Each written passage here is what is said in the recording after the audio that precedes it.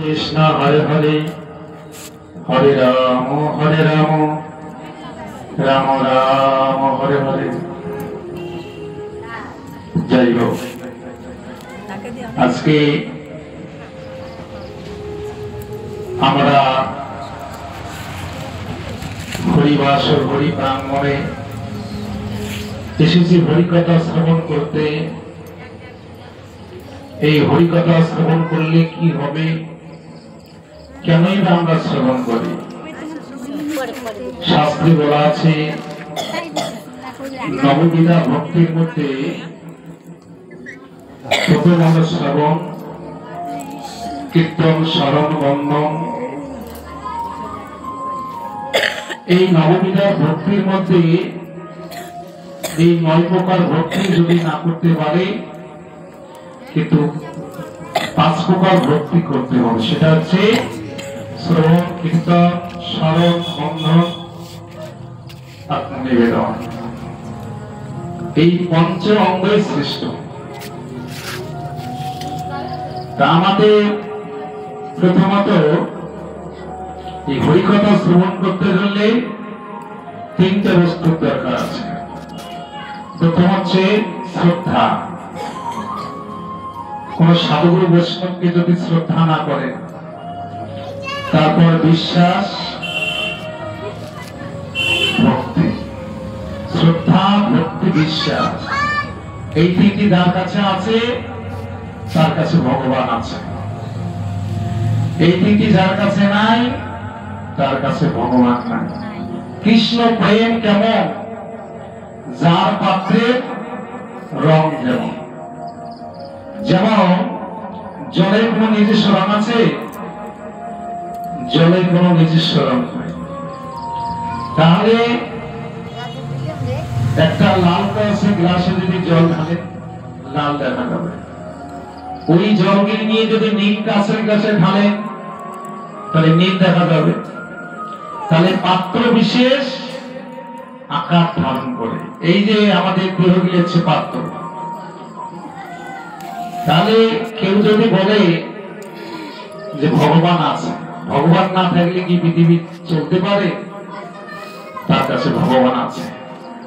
আর কেউ যদি বলে না, আমি ভগবান মানি না, আমি ভগবান বিশ্বাস করি না, ভগবান কি খাওয়ায়, আমি যদি না করি ভগবান কি করে খাওয়াবে? তার কাছে ভগবান নাই। তাহলে পাত্র বিশেষ আকার ধারণ করে। তাহলে জল জমে বরফ হয়, বরফ হয় না? কিন্তু বরফকে কিন্তু ধরা যায়, রাখা যায়, ধোয়া যায়। জলকে খালি হাতে ধরতে পারবে? পাত্রের দরকার আছে। তাহলে জলকে রাখতে গেলে পাত্র লাগে, পাত্র ছাড়া জল রাখা যায় না। আর ওই পাত্র থেকে জল যদি একবার মাটিতে পড়ে যায়, সব জল মাটি চুষে খাবে। তাহলে ভক্তি সবার আছে। যার ভক্তি পাতলা হয়ে গেছে, হালকা, ওই সব মাটিতে পড়ে গেছে। ওই সাধু গুণগান করতে করতে ভগবানের রেহাই নাই। জানবে ওই লোকটা ভক্তি শূন্য হয়ে গেছে। আমরা বলি না যে ওই লোকটা কোনো ভক্তি নাই, শ্রদ্ধা ভক্তি নাই, ওটা ভক্তি শূন্য হয়ে গেছে। তাহলে ভক্তি কি করে অর্জন করতে হবে? শ্রদ্ধায় দদাতি বিনয়। শ্রদ্ধায় যেটা কর্ম করবেন, শ্রদ্ধার সহিত যদি ভগবানের কর্ম করেন, তাহলে ভক্তি অর্জন হবে। তাহলে ভক্তি বাজারে কিনতে পাওয়া যায়? বাজারে গিয়ে বললাম যে ভক্তি দাও, তাহলে ভক্তি কোথায় পাবে? মহাপ্রভু সিদ্ধান্ত দিলেন, কৃষ্ণ ভক্তি যদি পেতে চাও, সাধুর বৈষ্ণবের কাছে ছুটে যাও।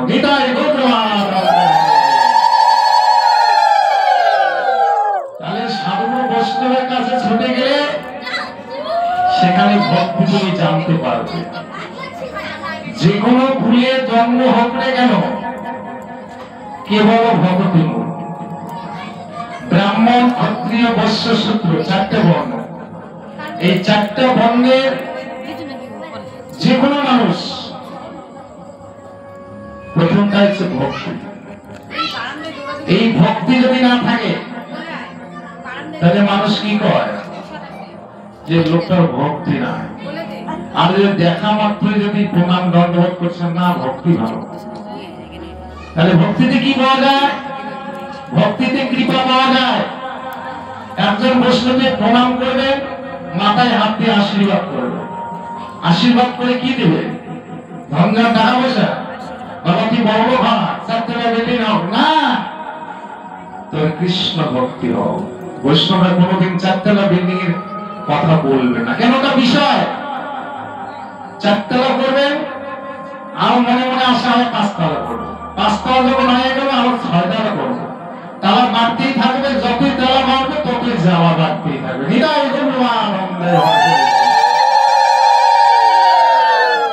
এই টাকায় মানুষের ঘুম কেড়ে নেয়। এই বিষয়বস্তু, বিষয় ছাড়িয়া কবে শুদ্ধ হবে মন, কবে হাম হেরাব মধুর বৃন্দাবন। এই প্রভু, এই বিষয় থেকে কি করে আমি আলাদা হয়ে থাকবো? যারা টাকার মধ্যে পড়ে আছে, রাত্রিবেলা ঘুম ধরে না, ঘুমের ট্যাবলেট খাইতে হয়। তাহলে এই যে ভগবান শ্রীকৃষ্ণ আর অর্জুন একদিন বেড়াতে গেছেন। এখন বেড়াতে গেছেন, রাস্তায় অর্জুন বলছে, প্রভু হে সখা, আমার তো খুব খিদা পেয়ে গেল, তোমার রাস্তায় কোনো বন্ধু বান্ধবের বাড়ি নেই? আছে তো, এই যে বড় বাড়িতে চলে যায়, এই দুপুর বেলা তো 2টা বাজে, গেলে খেতে পাবো। গিয়েছে, বলছে রাধে রাধে, হরে কৃষ্ণ, বাড়ি থেকে আছে? ওই জমিদারের চাকর বেরিয়েছে। আপনারা কে? এই সময় মানুষ খাওয়া দাওয়া করে ঘুমাচ্ছে, আর আপনার চিৎকার করে ঘুম নষ্ট করে দিচ্ছে। বলছে না না, আচ্ছা আপনি একটু মালিককে ডাকুন। কেন মালিককে ডাকবো? মালিক তো ঘুমাচ্ছে। না, আমরা খুব ক্ষুধার্ত, আমরা এসেছি, একটু খেতে দিলে খুব ভালো লাগতো। ও, আপনার ক্ষুধার্ত? আচ্ছা ঠিক আছে, আমি মালিককে ডাকছি। মালিককে দেখছে, মালিককে বলছে, জমিদার বাবু, ওই যে 2 জন অতিথি এসেছে, তারা নাকি ক্ষুধার্ত। এই যে এই সময় ঘুমের চেষ্টা, আমি খাওয়া দাওয়া করে ঘুমাচ্ছি। আচ্ছা ঠিক আছে, অতিথি যখন তাদের কিছু বলতে হবে। আপনাকে আমরা 2 জন অতিথি খুব ক্ষুধার্ত, তাহলে এই সময় কারো বাড়িতে কেউ আসে নাকি? রবিবার আসেন, আজকে সোমবার হবে না, পরের সপ্তাহে রবিবার আসেন, তাহলে খেতে পাবেন। তখন অর্জুন কৃষ্ণকে বলছে, সখা খিদা লেগেছে, এখন রবিবারে আসতে বললো, কেমন হবে এখন? তো বলছে চলো, আর হবে না, রবিবার যখন ডেট দিল, আমার খিদে এখন, আর রবিবার আসতে বললো, ঠিক আছে। আর হলো না, রাস্তায় বলছে, প্রভু আমার তো খুব ক্ষুধা লেগেছে, তোমার কোনো বন্ধু বান্ধব আর নেই? আছে। আচ্ছা, ও যে রবিবারের কথা বললো, ওকে আশীর্বাদ দেবেন, অভিশাপ করবে? ওকে আশীর্বাদ দেব, ওর যা ধন আছে তার দ্বিগুণ হয়ে যাক, ও তার দ্বিগুণ হয়ে যাবে। আর যদি কেউ তোমাকে খাওয়ায়, তার 3 গুণ হবে, খাওয়ালে 3 গুণ হবে, আর তুমি না খাওয়াই 2 গুণ দেবে, মানে ডাবল হয়ে যাবে। এখন কিছু দূর গিয়ে বলছে, এই বুড়িমার বাড়িতে যাই, এ তো কুড়ে ঘর, একটা গাভী আছে। ওই বুড়িমার বাড়িতে যেতে না যেতে বুড়িমা এসে বলছে, বাবা রে, তোমার সাধুগুরু বৈষ্ণব আমার বাড়িতে একটু চরণ ধুলে দাও।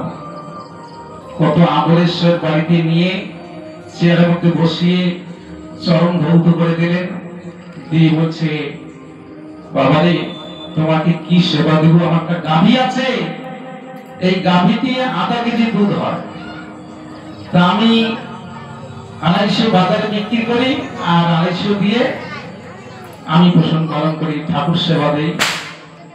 তা আজকে 500 গ্রাম দুধ হয়েছে, আর বাজারে বিক্রি করবো না, আজকে তোমাকে সেবা দেব। ওই বুড়িমা দুধ গরম করে 2 জনকে দুধ সেবা দেবেন। কৃষ্ণ আর অর্জুন 2 জন দুধ খেয়ে খুব পরিতৃপ্তি হয়ে গেল। অর্জুন বলছে, কৃষ্ণ তা এখন তো সেবা হয়ে গেল, এখন আপনি কি দিবেন এই বুড়িমাকে? কৃষ্ণ বলছে বুড়িমাকে আর কি দিব? ওই যে গাভীটা আমাদের দুধ খাওয়ালো, গাভীটা মারা গেল, এই সর্বনাশ। এটা আপনি কি বলছেন? যে তোমাকে খাওয়ালো না তাকে আমি আশীর্বাদ করলে দ্বিগুণ হয়ে যায়, আর তোমাকে যে দুধ খাওয়ালো তাকে তুমি অভিসম্মত গাভীকে মরে যান। আমি তো কিছু তো নীলা বুঝতে পারলাম না প্রভু। তখন বেরিয়ে এসে বলছে, শোন, আমি এই কথাটা কেন বললাম? আমি যা করি মঙ্গলের জন্য, ওকে কেন দ্বিগুণ ধন আমার বললাম? ওর দ্বিগুণ ধন বেড়ে যাক, ওর টাকা পয়সা হোক, ও ভগবানের থেকে দূরে থাকবে। ওই দিনে রাত টাকা পয়সা গুনতে গুনতে আমার খবর রাখতে পারবে না। ও বিষয়বস্তুতে ভর্তি হয়ে থাকবে, যাবার সময় আমাকে রাখতে পারবে না। আর এই বুড়িমাকে কেন বললাম গাভীটা মরে যান? ওই বুড়িমা শুধু একটা কথাই বলে, কেউ যদি জিজ্ঞাসা করে বুড়িমা তোমার কে আছে, বলে বাবা কেউ নাই, একটা গাভী আছে, আর কিচ্ছু না। এই জন্য আমি বললাম গাভীটা মরে যান। এবার কি বলবে? কেউ যদি বলে বুড়িমা তোমার কে আছে, বুড়িমা বলবে আমার কেউ নেই, একমাত্র গোবিন্দ আছে। নিতাই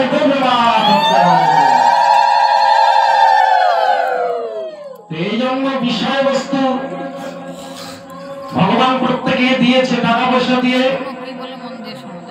আমরা যখন মাতৃগর্ভের থেকে এসেছিলাম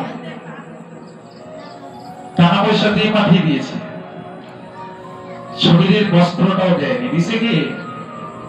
আমরা মাতৃগর্ভের থেকে যখন ভূমিষ্ঠ হয়েছিলাম শুধু খালি হাতে এসেছিলাম, আর এখানে এসে মা পেলাম, বাবা পেলাম, সংসার পেলাম, বাড়ি পেলাম, গাড়ি পেলাম, সব কিছু এখানে এসে পেলাম। এটা কিসের জন্য? এটা আপনার কর্মফল। এটা চক্রপথ লাইন, আগে যেটা করেছেন সেটা এখন পাচ্ছেন। এটা জমানো, কিন্তু এখানে এসে আবার আমরা ভগবানকে ভুলে গেছি, বিষয়বস্তুকে পেয়ে ভগবানকে দূরে সরিয়ে দিয়েছি। ভগবানের যে একমাত্র আপন। এক রাজার তিনটে রানী, তিনি রানীর বড় রানীকে খুব ভালোবাসে, মেজ রানীকে ভালোবাসে, ছোট রানীর দিকে তাকায় না, ও কথাও বলে না। এখন রাজার তো অন্তিম কাল পড়ে গেছে, মৃত্যুর সময় এসে গেছে। এখন বড় রানীকে ডাকছে, ও বড় রানী, আমি আর প্রাণে বাঁচি না, তুমি তাড়াতাড়ি আমার কাছে এসো। বড় রানী গিয়ে হাজির হলো। বলো স্বামী কি করতে হবে? আচ্ছা আমি তো মনে হয় বাঁচবো না, তা তুমি আমার সঙ্গে যাবে না কেন? তোমার সঙ্গে যাব? তুমি মরার সাথে সাথে আমি পরের ঘরে চলে যাব। এই সর্বনাশ, তুমি পরের ঘরে চলে যাবে? তখন মেজ রানীকে ডাকবে, মেজ রানী তুমি তাড়াতাড়ি আসো, আমি আর মনে হয় বাঁচবো না।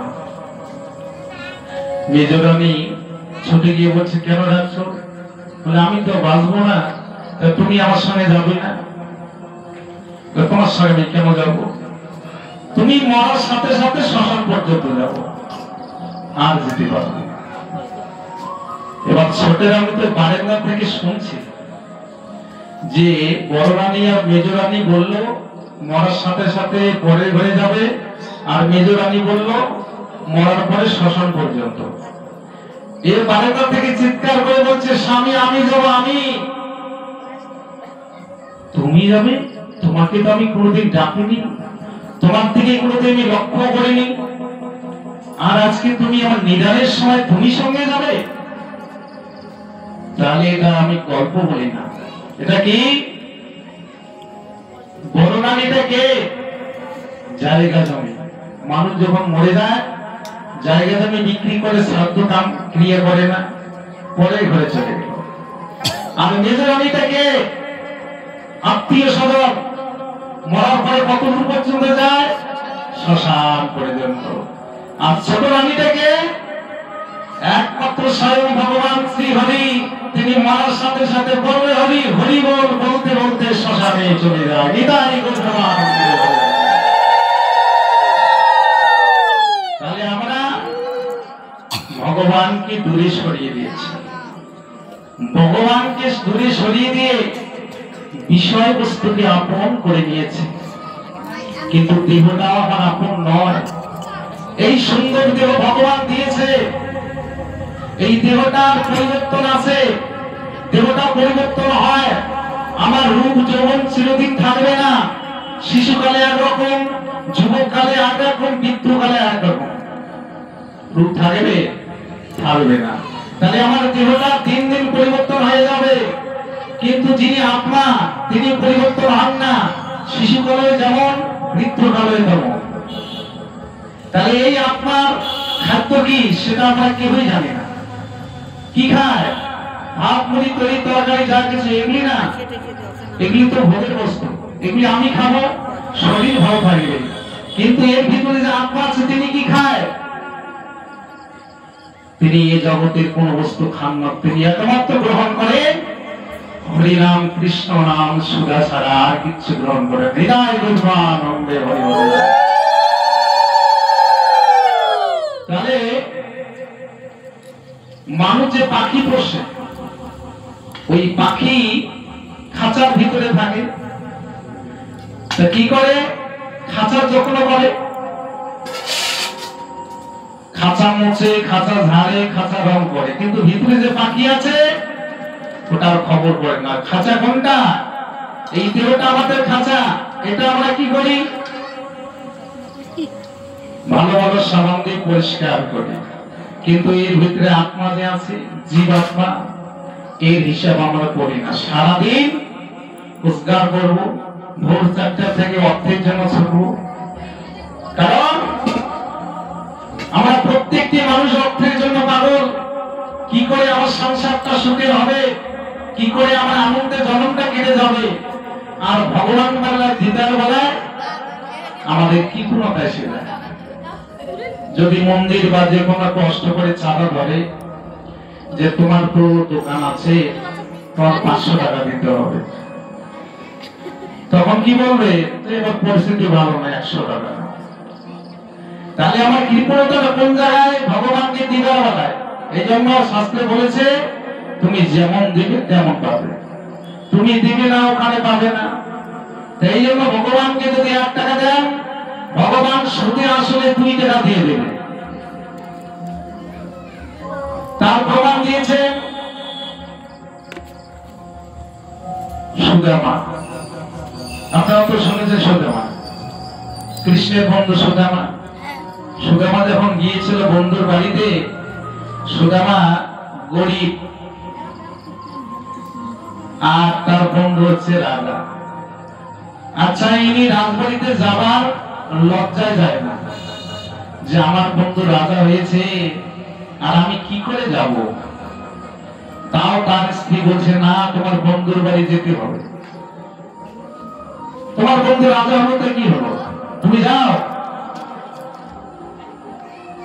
গিয়ে রাজবাড়িতে গেটের সামনে, দরজার সামনে দারোয়ান দাঁড়িয়ে আছে। বলছে, দারোয়ান বাবু আমি একটু ভিতরে যাব। না, এখানে যাওয়া নিষেধ, রাজার আইন ছাড়া যেতে পারবেন না। কাল আচ্ছা ভিতরে কে আছে? আমার বন্ধু আছে। তোমার বন্ধু কে?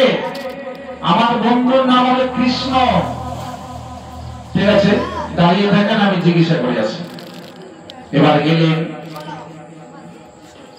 গিয়ে বলছে, রাজামশাই একজন অতিথি ভিখারি এসেছে, তোমার নাম বলছে কৃষ্ণ, নাকি সখা হয়, বন্ধু হয়? বলছে বন্ধু হয়। কিরকম লোকটা দেখতে? যে লোকটা তো আমি চিনি না, আপনি একটু গিয়ে দেখুন। কৃষ্ণ আর থাকতে পারলেন না, তিনি ছুটতে ছুটতে এসে দেখলেন বন্ধু। আরে বন্ধু, এসে এসে এসে এসে। তাকে নিয়ে রাজবাড়ির ভিতরে নিয়ে গিয়ে ভগবান কৃষ্ণ যে আসনে সিংহাসনে বসেন সেইখানে সুদামাকে বসালেন। তাহলে ভগবান ভক্তকে বড় ভালোবাসেন, সিংহাসনে বসিয়ে তার চরণ ধৌত করে দিলেন। আর রুক্মিণী সত্যভামাকে বলছে তোমরা হাওয়া করো, সেবা করো। আর কৃষ্ণ বলছে আরে বন্ধু তোমার এই জামাটা ভালো না, একটা ভালো জামা দিয়ে দিল। বলছে লাগবে না লাগবে না, না তোমাকে দিতে হবে। তাকে সুন্দর একটা পোশাক পরালেন।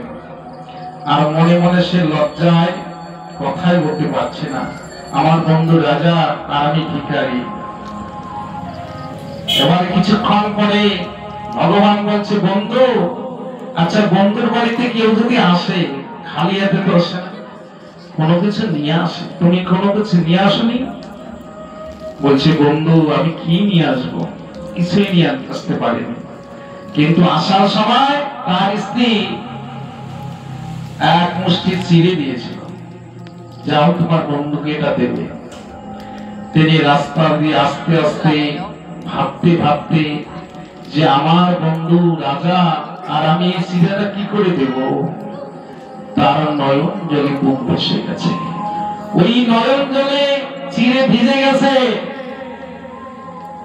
ওই চিড়ের যে নিয়ে এসেছে চিড়েতে কি করেছে, কাকের মধ্যে লুকিয়ে রাখছে। বন্ধু আমি কিচ্ছু আনতে পারিনি। আর ভগবান তো অন্তর্যামী, তিনি জানেন। তিনি খুঁজতে খুঁজতে বলছে আরে বন্ধু এই তো তোমার কাকের মধ্যে আছে, এক মুষ্টি চিড়া বেঁধে নিয়ে এসেছো, দাও দাও দাও। ও দেবে না, উনি জোর করে চিড়ে খুলে এক মুষ্টি খেয়ে নিলেন।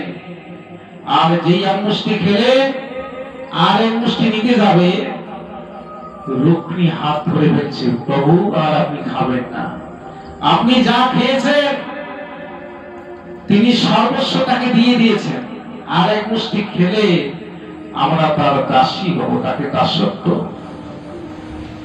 আর খাবেন না। তাহলে এক মুষ্টি খাওয়াতে সর্বস্ব ভগবান তাকে দিয়ে দিলেন। তাহলে এই জন্য ভগবানকে যদি একটু দেন তার চেয়ে দ্বিগুণ বেশি পাবে। এই জন্য ভগবান এই ধরাধামে পৃথিবীতে পাঠিয়ে দিয়েছে।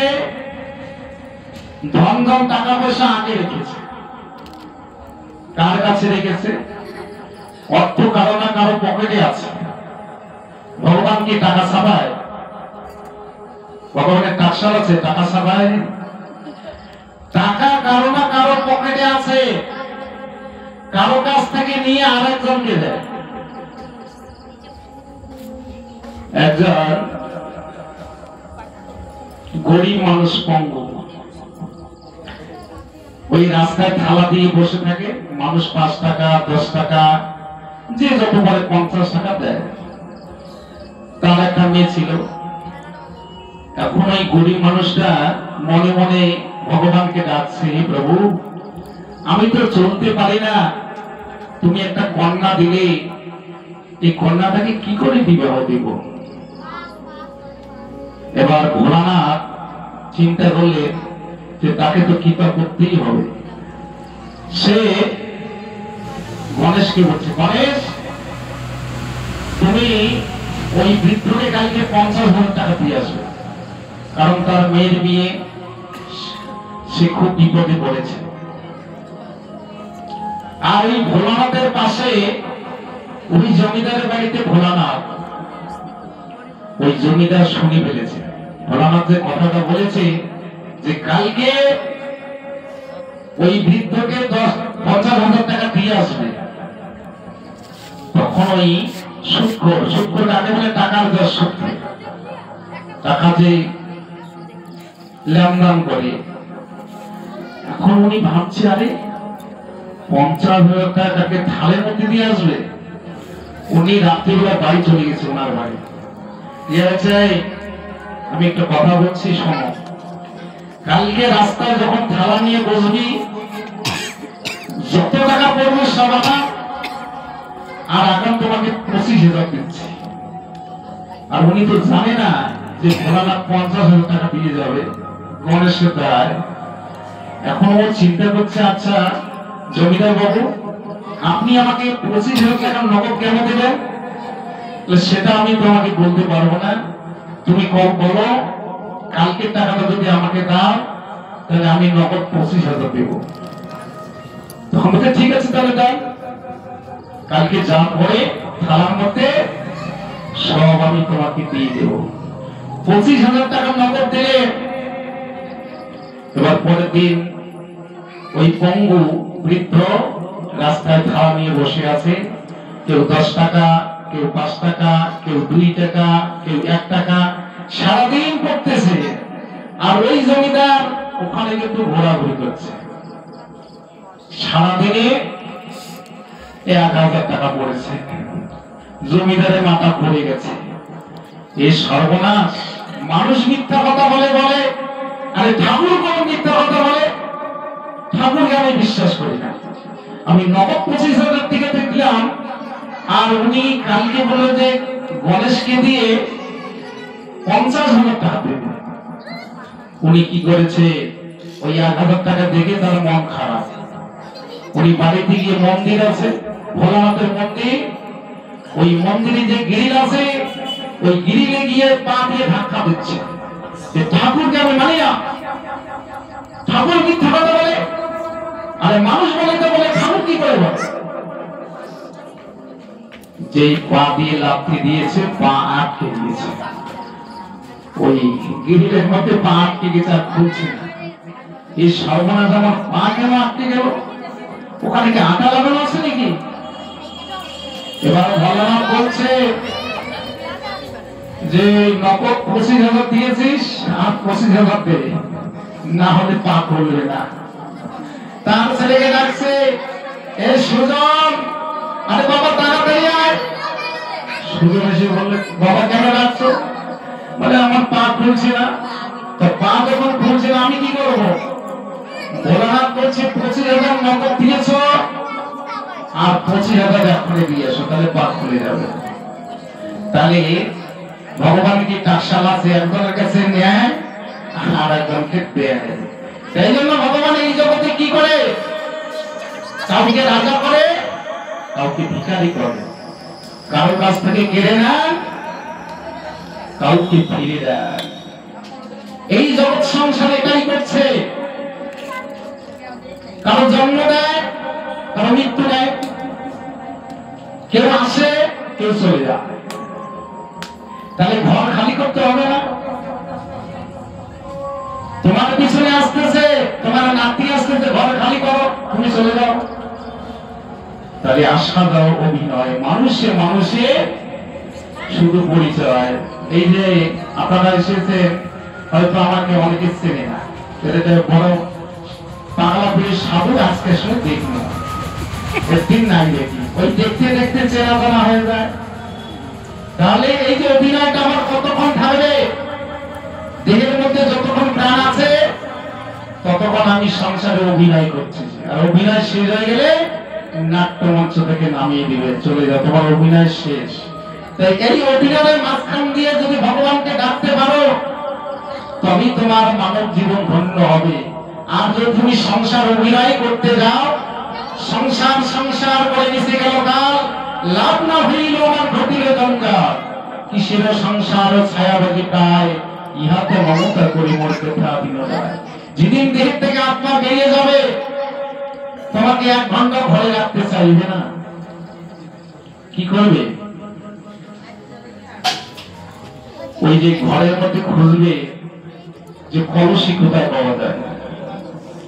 এখন খুঁজতে খুঁজতে পেলেন একটা কলসিতে কতদিনের শস্য রাখছে, ওইকে নিয়ে এসে শস্য ঢালিয়ে বলছে এইকে নিয়ে যাও। আর গলার মধ্যে যেটা সোনা আছে ওটা খুলে নাও, কানের মধ্যে যেটা সোনা আছে ওটা খুলে নাও, ওটা দেবে? ওটা দেবে না। এবার একটা মাটির পাত্র দিয়ে তোমাকে বিদায় দেবে, হরিবল বলতে বলতে বিদায় দেবে। সেদিন পরম জীবাত্মা কাঁদে, হে গোবিন্দ, আমি এই কথা যদি আগে থেকে জানতাম, সত্যি তোমার নাম করতাম। আমি এসে তোমাকে ভুলে গিয়ে সংসারে মায়ায় আবদ্ধ হয়ে আমি সংসার করে সংসারের সার বস্তুটা বুঝতে পারিনি, কিন্তু আমার অনেক ভুল হয়ে গেছে।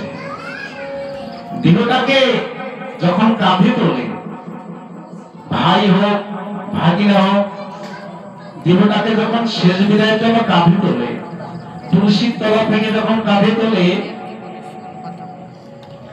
মায়েরা কি করে, একটা ভাঙা বালতি করে গোবর গুলি নিয়ে এসে বারণ দিয়ে গোবর ছাড়া দেয়। কেন গোবর ছাড়া দেয়? এই দেহটা আমার অপবিত্র হয়ে গেছে। যতদিন আমার এই দেহে প্রাণ ছিল, ততদিন আমার এই দেহটা পবিত্র ছিল।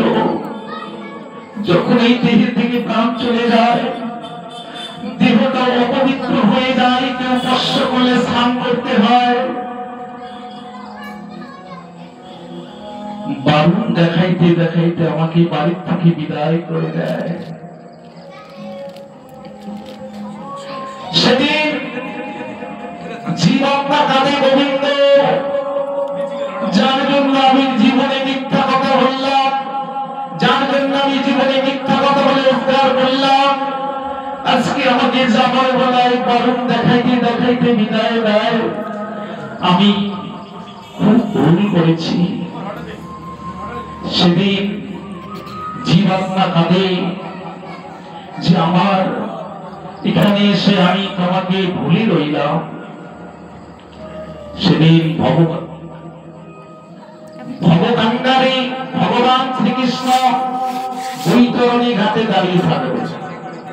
আমরা মানুষ মরে গেলে বৈতরণী ঘাট পার করি না, করি কি?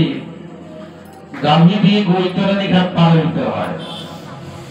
সেদিন ভগবান শ্রীকৃষ্ণ পারে কান্ডারে দাঁড়িয়ে থাকবে, করি দাও, পারবে না। তখন যদি বলি প্রভু করি তো নেই, তাহলে করি যদি নেই তাহলে পার হতে পারবে না। করি দাও, পার হয়ে যাও। তাহলে করি তো আনতে পারিনি, তাহলে তুমি ওখানে যে গেলি কি করলি? এতদিন তুমি কি করলি করি যদি আনতে না পারো? বলছে প্রভু অনেক কিছু করেছি, ছেলে মেয়ের বাড়ি করে দিয়েছি, চাকরি করে দিয়েছি, ব্যবসা, ব্যাংকে 10 লাখ রেখেছি। তাহলে তুমি ওখানে রেখে আসলে এখানকার জন্য কি করলে? তাহলে এখানকার জন্য কিছু করতে পারেনি, তাহলে তুমি আর পার হতে পারবে না। তাহলে এই দেশের ভারতের নাগরিক হতে গেলে কিসের দরকার হয়? আধার কার্ড, ভোটার কার্ড। তাহলে আমি দেশের নাগরিক, এটা পরিচয় পত্র। তাহলে এই জন্য আমরা প্রত্যেকে ভূতে ধরা মানুষ এই সংসারে মিথ্যা কথা বলি। যেমন মানুষকে ভূত ধরলে মিথ্যা কথা বলে, ভূত ধরলে বকে না, অনেক কিছু বকে। আমরা জানি ভূত ধরেছে, তখন কবিরাজ এনে ওই ভূতকে বকানো হয়। বল তোর বাড়ি কোথায়? তখন কি বলে, আমার বাড়ি ওই গাছের উপরে। টুনি মাটি গাছের উপরে থাকে, গাছের উপরে থাকে ভূত। আর টুনি মাই কথা বলছে আমি গাছের উপরে থাকি। তাহলে উনি মিথ্যা কথা বলছে। আমরা এই সংসার সাপড়ার তলায় মিথ্যা কথা বলি। এই বাড়িটা কার? আমার।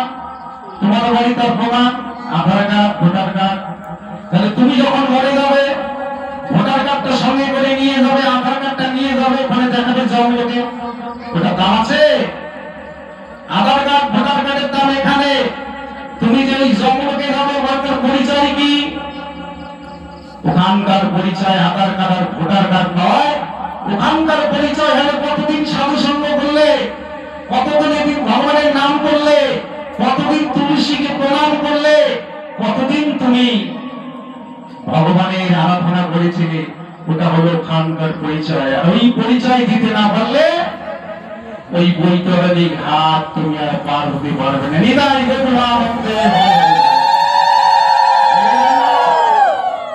এই কার্তিক মাসকে ভগবান অফার দিয়েছেন, যেমন কোম্পানি অফার দেয় এরকম অফার দিয়েছেন। এই অফার যদি ধরতে পারেন তাহলে বৈতরণী ঘাট পার হতে পারবে না। যারা অফার ধরতে পারবে না তারা কি বলবে? যারা বলছে সবাই যখন করে আমি বা না করলাম, আমার স্ত্রী করছে আমি না করলাম, তাহলে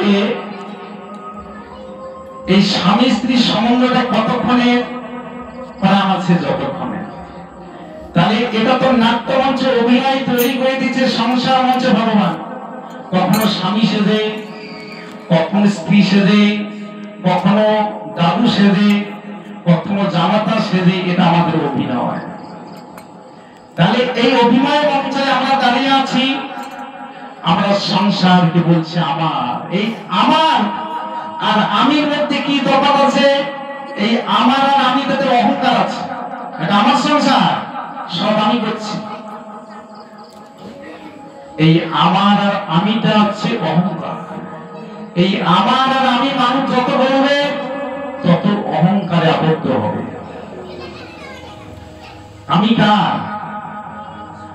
আমি কারো নই, আমি কারো মা নই, আমি কারো বাবা নই, আমি কোনো বাড়ির মালিক নই, আমি কোনো বাড়ির কর্তা নই। তাহলে আমি কে? আমি হলাম জীব নিত্য কৃষ্ণ দাস। আমরা প্রত্যেকে ভগবানের দাস, তার কৃপাতে এসেছি, তার ইচ্ছায় চলাফেরা করছি। আবার যখন সময় হবে এখান থেকে তুলে নিয়ে চলে যাবে।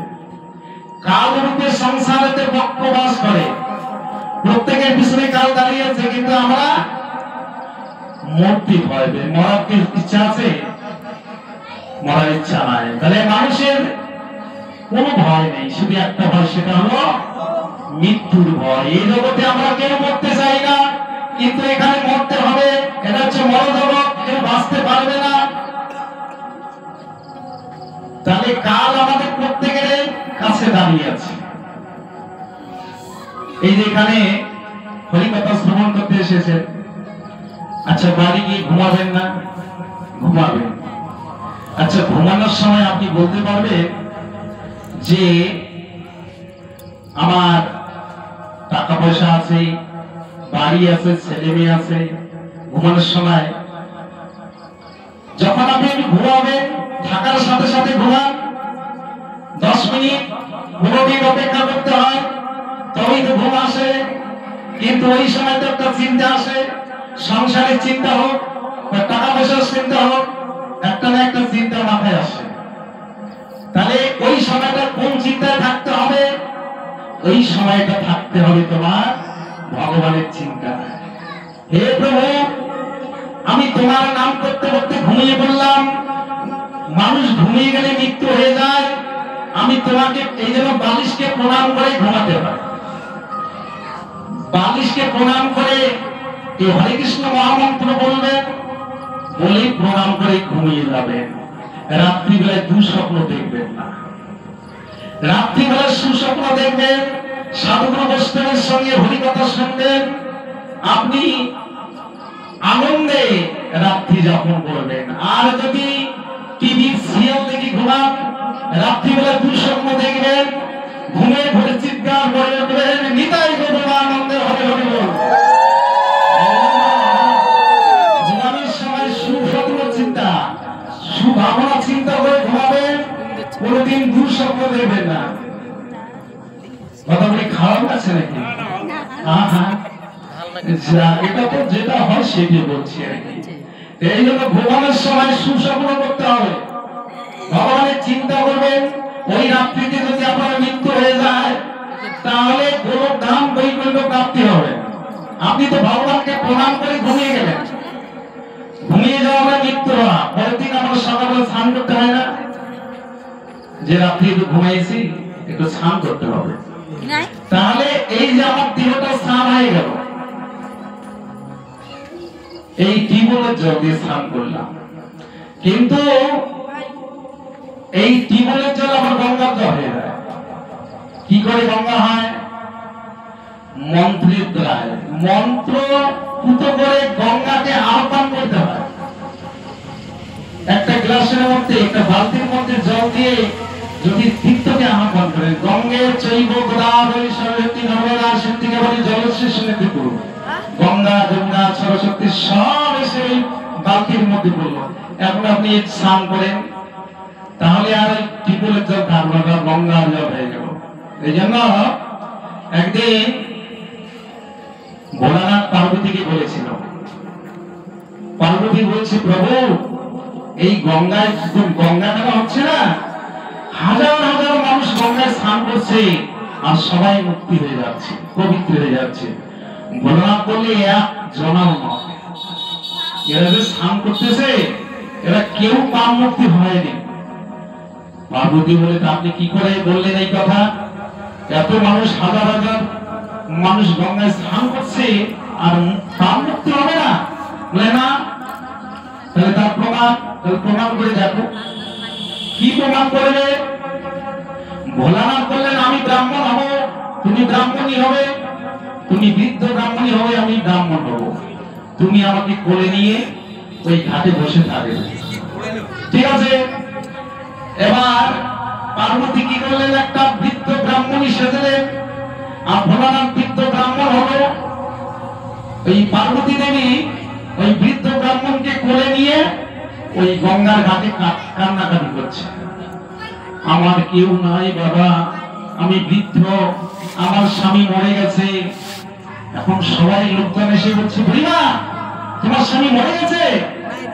হ্যাঁ বাবা মরে গেছে, একটু যদি সৎকার করতেন খুব ভালো হতো। তা সৎকার? হ্যাঁ করে দেব। এবার যেই লোকেরা তাকে ধরতে গেছে বলছে, বাবা দাঁড়া, আমার একটা কথা, আপনারা যদি গঙ্গায় স্নান করে পা মুক্ত হয়েছে তাহলে আমার স্বামীকে নিয়ে চিতায় পড়ান, আর যদি পা মুক্ত না হন তাহলে আমার স্বামীকে স্পর্শ করার সাথে সাথে আপনারা মরে যাবেন। আপনি হাত দেবে? এখন লোকেরা বলছে, মানুষই বলে গঙ্গায় স্নান করলে নাকি পা মুক্ত হয়। এখন আমি পা মুক্ত হলাম কিনা আমি তো এটা সঠিক জানি না, আমি শুনি আমি মরে যাবো নাকি? আর কেউ যাচ্ছে না। ওই বলছে, যদি পা মুক্ত হও নাই, আমার স্বামীকে স্পর্শ করলে আপনি মরে যাবেন। এই ভয়ে আর কেউ স্পর্শ করে না। সারাদিন চলে গেল, সবাই স্নান করে চলে যায়, ওই বুড়িমার দিকে আর কেউ তাকায় না। সন্ধ্যার সময় একটা পাগল মাতাল নেশায় বিভোর হয়ে গান করতে করতে আসছে, এসে দেখছে, আরে বুড়িমা তুমি কেন এই ঘাটে বসে আছো? তোর স্বামী কি মরে গেছে? বলছে, বাবা মরে গেছে, আমি এই স্বামীকে চিতায় কি করে পড়াবো, কোনো লোকজন পাচ্ছি না। বলছে, বুড়িমা এই জগতের থেকে কি লাভ, মরে যাওয়াই ভালো। তা বল বা কি করতে হবে? বাবা আমার স্বামীকে একটু সৎকার করে দিবি? তো কেন পারবো না মা? আরে তোমার স্বামীকে সৎকার করতে আমি পারবো না? দাও দাও। দাঁড়ান বাবা, আমার স্বামীকে তো সৎকার করাবে, কিন্তু তুমি যদি গঙ্গায় স্নান করে পাপ মুক্ত হয়েছ তাহলে আমার স্বামীকে তুমি স্পর্শ করো, আর না হলে কিন্তু আপনি মরে যাবেন। বলছে, ওই মাতাল বলছে, গঙ্গায় স্নান করলে মানুষ পাপ মুক্ত হয়। আমি গঙ্গায় স্নান করেছি, আমি পাপ মুক্ত হয়েছে, আমার শরীরে কোনো পাপ নাই, আমি জানি। দাও তোমার স্বামীকে দাও। গিয়ে তার ভোলানাথকে কোলে নিলেন, কোলে নিয়ে শ্মশানের দিকে যাচ্ছে। মা তোমার স্বামীকে আমি পুড়িয়ে দেবো এক্ষুনি। ভোলানাথ বলছে, কিরে তুই আমাকে জীবিততে পুড়িয়ে দিবি নাকি? না না না, তুই বলিস না। তাহলে মাতালের বিশ্বাস ছিল আমি গঙ্গায় স্নান করে পাপ মুক্ত হয়েছি, আমার শরীরে কোনো পাপ নেই, কিন্তু এত লোক ধরতে পারলো না কেন? ওদের বিশ্বাস ছিল না। ওরা স্নান করেছে ঠিকই, কিন্তু মনের মধ্যে বিশ্বাস নেই। যাদের বিশ্বাসে মিলায় বস্তু তর্কে বহুদূর। যেখানে এই ভগবানের সম্বন্ধে তর্ক করে অনেকে, এই যে ভাগবত পড়ে, গ্রন্থ অনেক আদি পড়ে, সাধুর সঙ্গে তর্ক করে, বাজারে তর্ক করে, হাটে তর্ক করে, কিন্তু ওরা পণ্ডিত হইতে পারে, ওরা তার্কিক হতে পারে, কিন্তু কোনদিন কৃষ্ণ ভক্ত হতে পারবে না। নিতাই গৌর প্রেমানন্দে হরি হরি বল।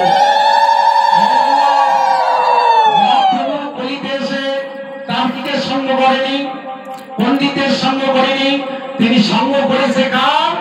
কৃষ্ণ ভক্তের সঙ্গ করেছে। তিনি ওই ভক্তের সঙ্গে কোলাকুলি করেছে। ব্রাহ্মণ, চন্ডাল, বৈশ্য, শূদ্র, তিনি সবাইকে জড়িয়ে ধরে নয়ন জলে বুক ভাসিয়ে দিয়েছিলেন।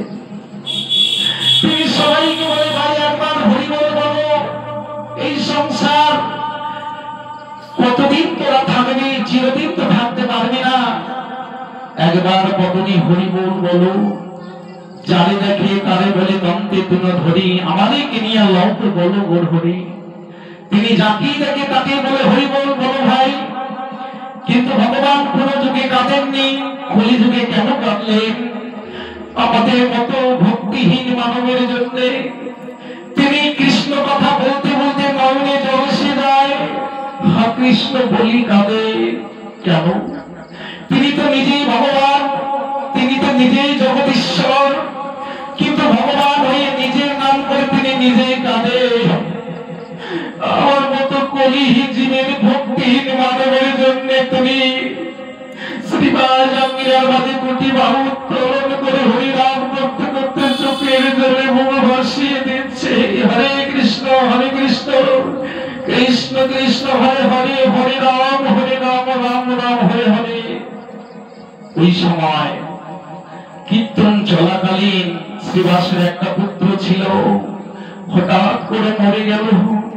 শ্রীদাসের স্ত্রী মৃত সন্তানকে কোলে নিয়ে কাঁদছে, হে প্রভু তুমি এটা কি করলে? আমাকে সন্তান দিয়ে আমার কোল থেকে কেড়ে নিলে।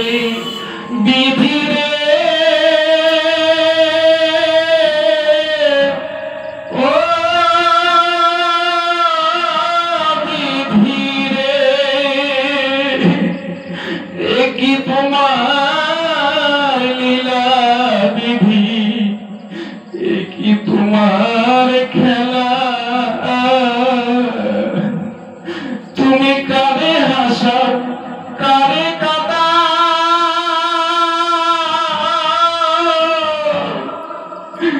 তোমার লীলা বোঝা ভার বিধি।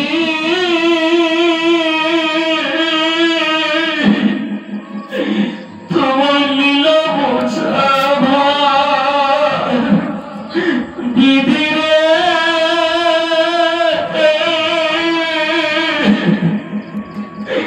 তোমার লীলা বোঝা ভার। হে প্রভু তুমি এটা কি করলে? আমার একমাত্র সন্তান মরে গেল, আমি কাকে নিয়ে থাকবো? ও গো ভগবান,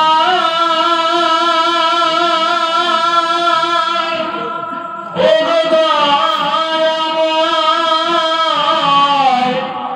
তুমি না কি করুণাময়। ও গো ভগবান, ও গো দয়াময়, তুমি না কি করুণাময়।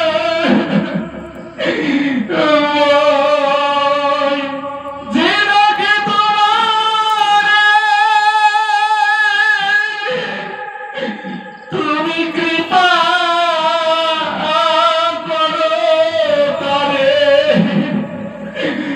বলো প্রভু কি হবে আমার? ও গো ভগবান, ও গো দয়াময়, তুমি নাকি করুণাময়। শ্রীবাসের স্ত্রী যখন কাঁদছে, শ্রীবাস এসে বলছে তুমি কেন কাঁদছো? ওর সময় হয়ে গেছে, তিনি চলে গেছে। এমন সময় মহাপ্রভু কীর্তন করতে করতে তার কীর্তনে আনন্দ আসতেছে না। একজন ভক্ত বলছে প্রভু শ্রীবাসের একমাত্র সন্তান মরে গেছে। ছুটতে ছুটতে গেলেন, শ্রীবাসের স্ত্রী কাছে গিয়ে বলছে মা তোমার কি হয়েছে মা? তুমি আর মা কথাটা আমাকে বলবে না, কারণ আমি মা হতে পারিনি, মা হওয়ার যোগ্যতা আমার নেই। তুমি আমাকে মা বলবে না। মহাপ্রভু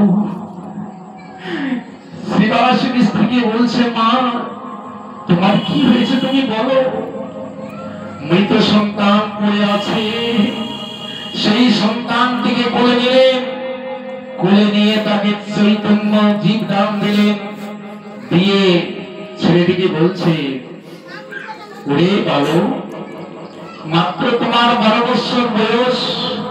এই 12 বছর বয়সে তুমি কেমন চলে যাচ্ছ তোমার মাকে কাঁদিয়ে। সেই ছেলেটি বলছে, প্রভু আপনি আমাকে প্রশ্ন করছেন, সব তো আপনার লীলা। কর্মবিধি জীব এখানে আসে আর কর্মফলে এখান থেকে চলে যায়।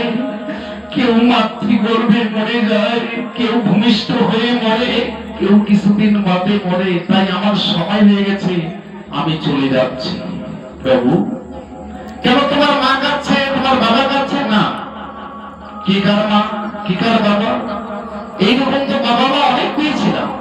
এই যে আমি চলে যাচ্ছি, আমাকে আর একটা গর্ভে যেতে হবে, তাহলে তো আরো একটা মা বাবা বাবা বলবো, তাহলে বারবার মা বাবা পাচ্ছি, তাহলে কে কার মা কে কার বাবা, সব তো তোমার লীলা। এই কথা বলতে বলতে ছেলেটা আবার দেহ ত্যাগ করলো।